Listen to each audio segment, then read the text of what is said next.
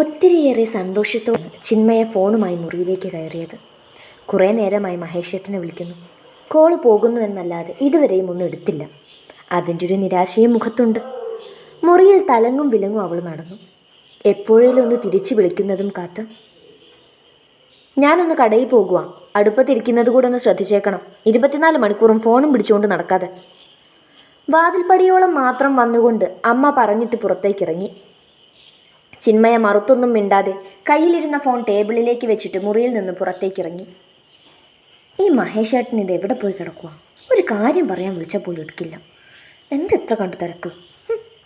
എൻ്റെ വീട്ടിലെങ്ങാനും ആയിരിക്കണമായിരുന്നു. അമ്മയും അച്ഛനും ചന്തോട്ടനും കൂടി വീട് ഉത്സവപ്പറമ്പാക്കിയാണ്.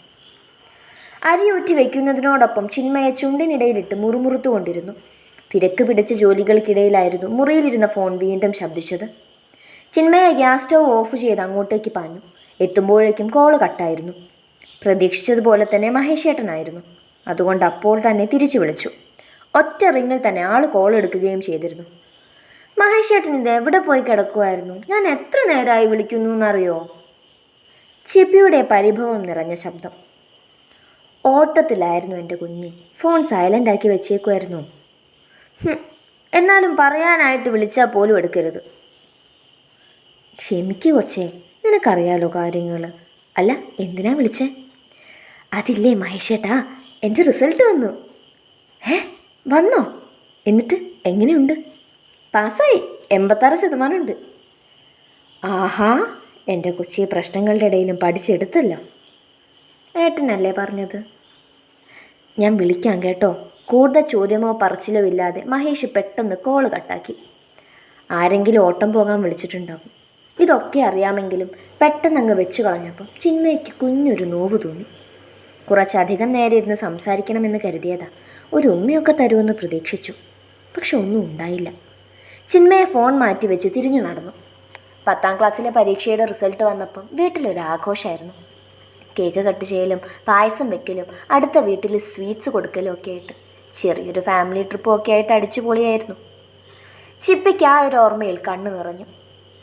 എന്തൊക്കെ നഷ്ടപ്പെടുത്തിയിട്ടാണ് ഇങ്ങോട്ടേക്ക് വന്നത്? ഒക്കെയും മഹേഷ് എന്ന ആളോടൊത്ത് അടങ്ങാത്ത പ്രണയത്തിൻ്റെ പേര്.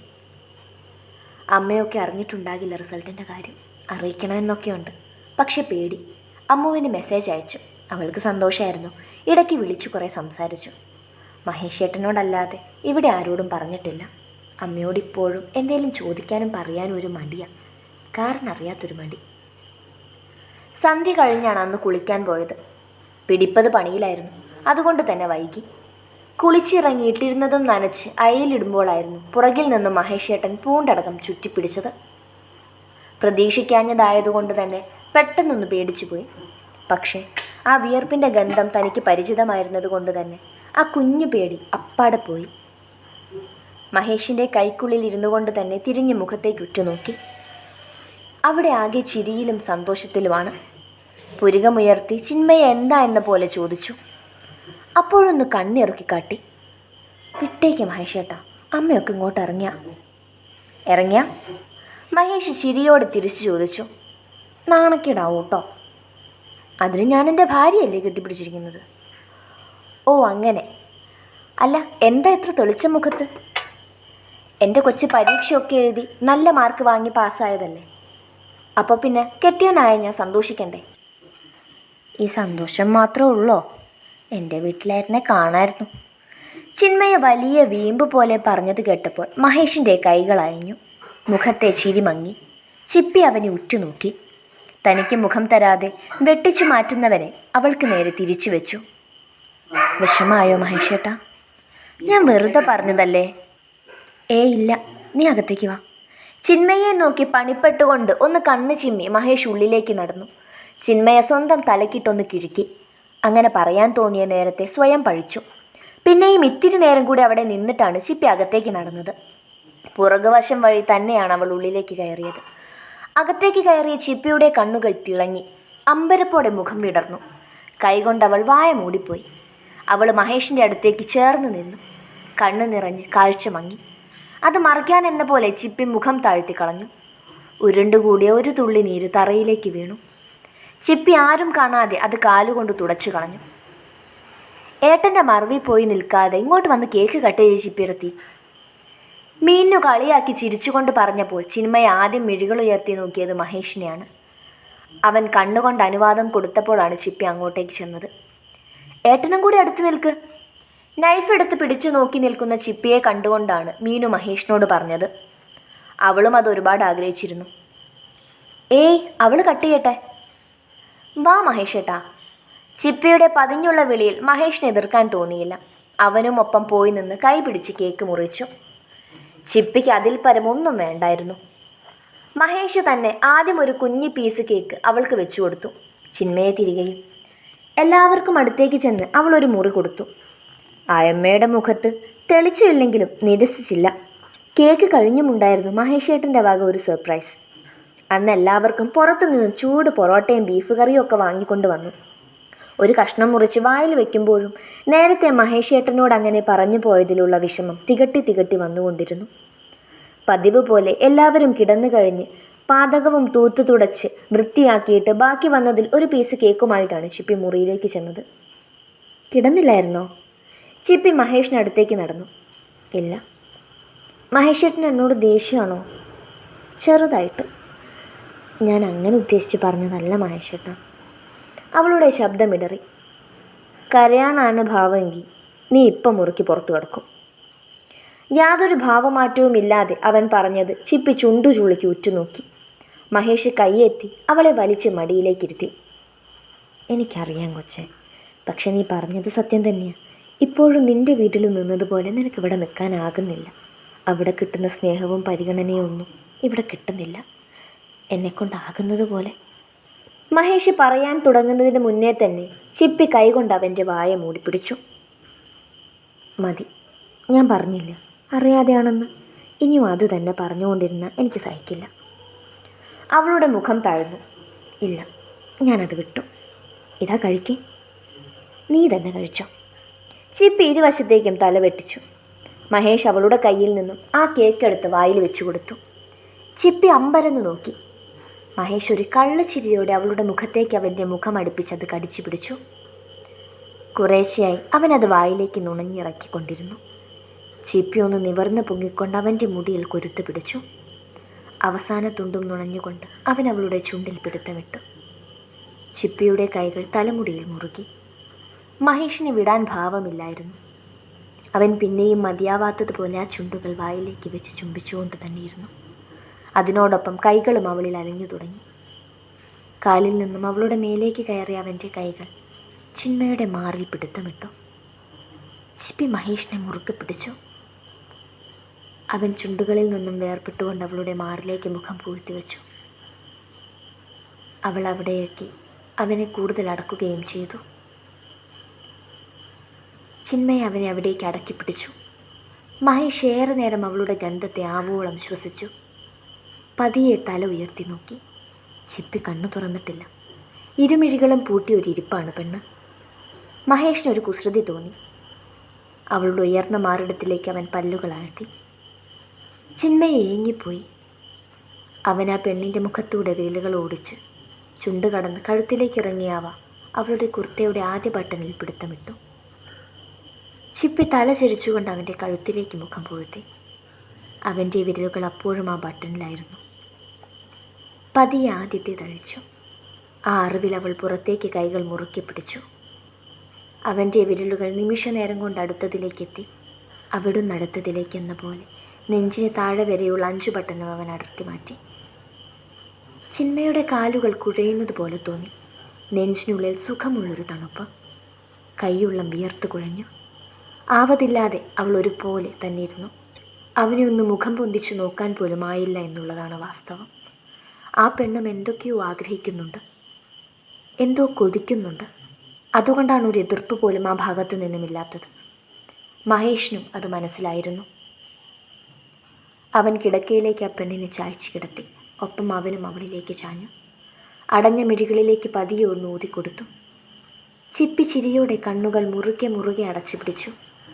നെറ്റിയിൽ അമർന്ന അവൻ്റെ തണുത്ത ചുണ്ടുകൾ അവളുടെ ഇരുമിഴികളിലും അവിടുന്ന് ചുണ്ടുകളിലേക്കും കഴുത്തിലേക്കും ചുംബിച്ചു നടന്നു.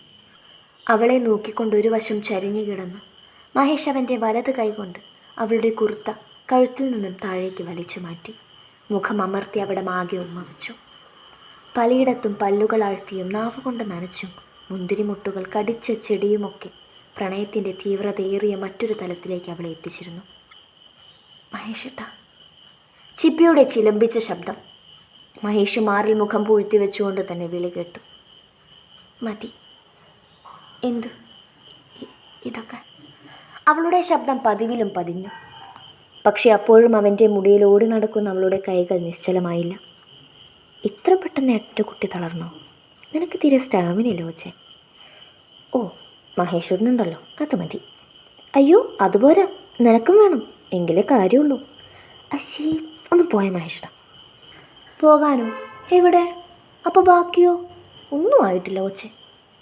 അവനൊരു പൊട്ടിച്ചിരിയോടെ പറഞ്ഞു. ആയില്ലെങ്കിൽ വേണ്ട, മഹേശ്വരൻ കിടക്കാൻ നോക്കും, എനിക്ക് വയറ് വേദനിക്കും. ചതിച്ചോ ദേവിയെ? മഹേഷ് കിടന്ന കിടപ്പിൽ തല ഉയർത്തി നോക്കി. ഇല്ല, ആയിട്ടില്ല, പക്ഷെ ആകുമെന്നൊരു പേടി. ഓ അങ്ങനെ, എന്നാ വേണ്ട, കൊച്ചുറങ്ങിക്കോ. അപ്പം നിങ്ങളോ? ഞാൻ ദേ ഇവിടെ ഇങ്ങനെ തല ചായച്ച് കെട്ടിപ്പിടിച്ച് കിടന്നോളാം. അപ്പോൾ കിട്ടുന്നൊരു സുഖമുണ്ടോ വെച്ചേ എന്നും പറഞ്ഞുകൊണ്ട് മഹേഷ് അവളുടെ മാറിലേക്ക് വീണ്ടും മുഖം ചേർത്ത് വെച്ചുകൊണ്ട് ആ പെണ്ണിനെ കെട്ടിപ്പിടിച്ചു. അവളും അതേ ചിരിയോടെ അവൻ്റെ മുടിയിൽ തലോടി കിടന്നു.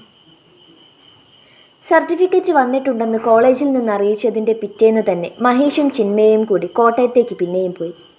രാവിലത്തെ ട്രെയിനിലാണ് ഇരുവരും യാത്ര തിരിച്ചത്. വീണ്ടും അവിടേക്ക് മടങ്ങുന്നതിൽ ചെറിയൊരു പേടിയൊക്കെ ചിപ്പിയിൽ പ്രകടമായിരുന്നു. അവിടെ വെച്ചെങ്ങാനും വീണ്ടും അങ്കിളിനെ കാണേണ്ടി വന്നാലോ എന്നുള്ള ഒരു കുഞ്ഞു ഭയം. ചെയ്തത് തെറ്റല്ല എന്ന് വാദിച്ചാലും അവരുടെയൊക്കെ മുൻപിൽ പോയി നിൽക്കാനുള്ള ധൈര്യമൊന്നും ഇപ്പോഴും അവൾക്ക് വന്നിട്ടില്ല എന്ന് സാരം. അമ്മുവിനെ ഒന്ന് കാണണമെന്നുണ്ടായിരുന്നു മഹേഷേട്ട.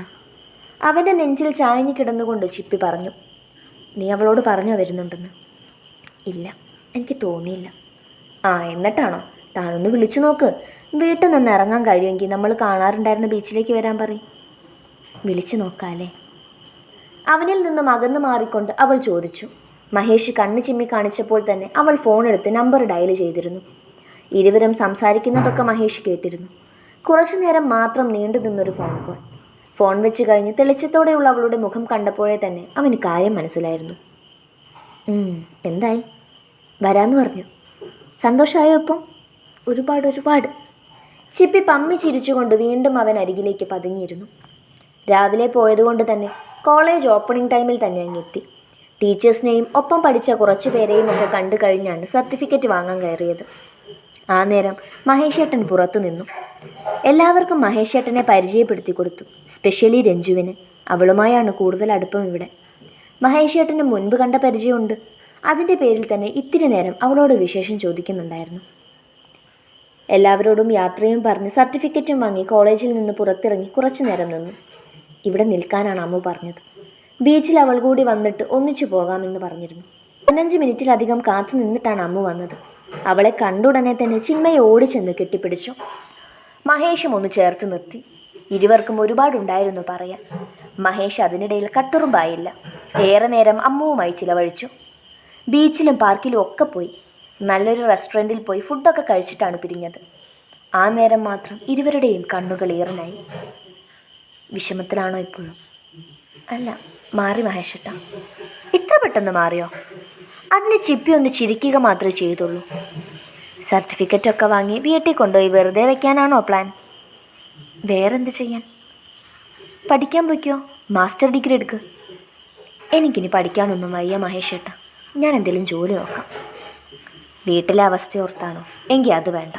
നിന്നെ കഷ്ടപ്പെടാൻ വിട്ട് ആ പൈസ കൊണ്ട് അവിടെ രക്ഷപ്പെടണ്ട. ഇപ്പം എനിക്ക് മാനേജ് ചെയ്യാവുന്നതേ ഉള്ളൂ. ഏട്ടൻ എന്തിനാ അങ്ങനെയൊക്കെ ചിന്തിക്കുന്നത്? ഞാൻ അതൊന്നും ഉദ്ദേശിച്ചല്ല പറഞ്ഞത്. എന്ത് തന്നെ ആയാലും നോക്ക്, ഞാൻ ഒരു കാര്യം പറയാം. ഇപ്പം വേണേ നിനക്ക് പഠിക്കാൻ പോകാം. അവസാനം നമ്മുടെ 4-5 പിള്ളേരൊക്കെ ആയി കഴിയുമ്പോൾ പറ്റിയൊന്നും വരില്ല. 5? ചിപ്പി ഒന്ന് കൂർപ്പിച്ച് നോക്കി. അല്ല 6. മഹേഷേട്ടൻ തന്നെ ആയിക്കോ. നീ ഇല്ലാത്ത കാര്യമൊന്നും നടക്കില്ല കൊച്ചേ. ഹശി, എന്തയ്യേ? ഇതൊക്കെ എല്ലാവർക്കും ഇടയിലുള്ളത് തന്നെയാണ്. നിന്നോടല്ലേ പറയാൻ പറ്റൂ. ഓ ആയിക്കോട്ടെ, അതൊക്കെ അപ്പോഴല്ലേ. ചിപ്പി അവൻ്റെ കയ്യിൽ കൊരുത്തു പിടിച്ചുകൊണ്ട് ആ തോളിൽ തലചായ്ച്ചു. മാസം 6 പെട്ടെന്ന് കഴിഞ്ഞു. വലിയ മാറ്റങ്ങളൊന്നും ആരുടെയും ജീവിതത്തിൽ ഉണ്ടായില്ല. ഉണ്ടെന്ന് പറയാൻ ചിപ്പിയുടെ സഹോദരൻ്റെ വിവാഹം ഉറപ്പിച്ചു. വാക്കുറപ്പിക്കലും നിശ്ചയവും ഒന്നും ഉണ്ടായില്ല. നേരിട്ട് വിവാഹത്തിലേക്കായിരുന്നു. പെണ്ണ് അവരുടെ തന്നെ അകന്ന ബന്ധത്തിലുള്ള കുട്ടിയാണ്. ഇന്നാണ് ഡേറ്റ് എടുത്തത്. വീട്ടിലെല്ലാവരും ഉണ്ട്, ചിപ്പി ഒഴികെ. ഈ നേരം അവളായിരുന്നു അവിടെ എല്ലാത്തിനും മുൻപന്തിയിൽ നിൽക്കേണ്ടിയിരുന്നത്. പക്ഷേ എന്നിട്ട് പോലും ഇതുവരെ ഈ കാര്യം ആ പെണ്ണ് അറിഞ്ഞിട്ടുണ്ടോ എന്ന് പോലും അറിയില്ല. എല്ലാവരും വിവാഹ ചർച്ചയിലാണ്. ചന്തു നാട്ടിൽ വന്നിട്ടില്ല. ഉടനെ എത്തുമെന്ന് പറഞ്ഞിട്ടുണ്ട്. ഏറിയാൽ ഒരാഴ്ച. നിങ്ങൾ ചിപ്പിമോളെ വിവാഹം ക്ഷണിക്കുന്നില്ലേ? ഒന്നുമില്ലേലും ഒരേ ഒരു ആങ്ങളയുടെ കല്യാണമല്ലേ? രാമചന്ദ്രൻ ചിപ്പിയുടെ അച്ഛൻ്റെ മുഖത്തേക്ക് നോക്കി. എന്ത് കാര്യത്തിന്? ഇത്രയും നാളും വളർത്തി വലുതാക്കി ഞങ്ങളെ അവൾ ഓർത്തോ? അത് ഓർക്കാണ്ടല്ലേ ഇന്നലെ കണ്ടൊരുത്തൻ്റെ കൂടെ ഇറങ്ങിപ്പോയത്. പിന്നെ നമ്മളെന്തിനു ക്ഷമിക്കണം? അല്ലേലും ചന്തുവിനും അവൾ വരുന്നതിനോട് താല്പര്യമില്ല. താഴത്തും തറയിലും വയ്ക്കാതെ കൊണ്ടു നടന്നത് അവനവളെ. ഞങ്ങളെ ഓർത്തില്ലെങ്കിൽ അവൾക്ക് അവനെങ്കിലും ഓർക്കായിരുന്നു. മക്കൾക്ക് വളർന്നു കഴിഞ്ഞാൽ തന്നിഷ്ടത്തിന് നടന്നാൽ മതി. പക്ഷേ രക്ഷിതാക്കൾ പിന്നീട് സമൂഹത്തിൽ അനുഭവിക്കേണ്ടി വരുന്ന നാണക്കേടും വേദനയൊന്നും അവർക്കറിയണ്ടല്ലോ. ഇതൊക്കെ അവൾ മനസ്സിലാക്കുന്നൊരു ദിവസം വരും. അളിയെ നോക്കിക്കോ. അയാൾ രാമചന്ദ്രൻ്റെ മുഖത്ത് ഉറ്റുനോക്കി പറഞ്ഞുകൊണ്ട് ഈറനണിഞ്ഞ കണ്ണ് തുടച്ചു മാറ്റി നടന്നുപോയി. അയാളുടെ വാക്കിൽ ഒരെതിരഭിപ്രായം അവിടെ ആർക്കുമില്ലായിരുന്നു. ഒരച്ഛൻ്റെ ഭാഗത്ത് നിന്ന് നോക്കുമ്പോൾ അതൊക്കെ സത്യമുള്ള വാക്കാണ്. പകൽ പോലെ സത്യമുള്ളവ.